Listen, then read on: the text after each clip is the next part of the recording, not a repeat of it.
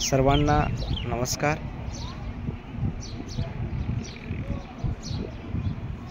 आत्मबोध होण्यासाठी किंवा आत्मबोध होत आहे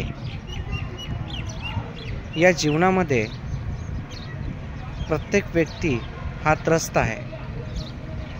दुःख आणि दुःख आणि दुःख, पण हे दुःखच त्याच्या मोक्षाचं महाकारण आहे। तर ते दुःख सहन होत आहे, सहन होत आहे, सहन होत आहे। कारण तुमच्या हातात जर दुःख भोगणं पण नाही आहे आणि दुःख सहन करणं पण नाही आहे। कारण प्रकृतीच्या नियमामध्ये हे पिंड आहे, हे देह आहे, म्हणून जसे कराल तसेच भराल। पंचमहाभूतामध्ये हे आहे, रज तम आणि सतमध्ये आहे, आणि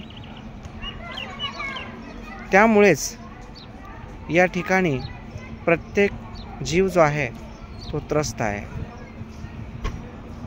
आत्मबोध हीच अंतिम पायरी आहे। त्यानंतर आध्यात्मिक यात्रा संपुष्टात राहते। आध्यात्मिक यात्रा म्हणजे काय? ना पुजारी राहतो, ना देव राहतो, ना पूजणारा राहतो, ना पूजून घेणारा राहतो, ना माळ राहते जपणारी, ना मंत्र जाप राहतो, ना तो मंत्र जाप आवश्यक आहे।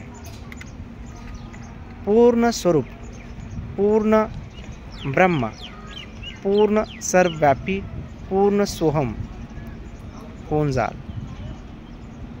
धन्यवाद। नमस्कार प्रभू।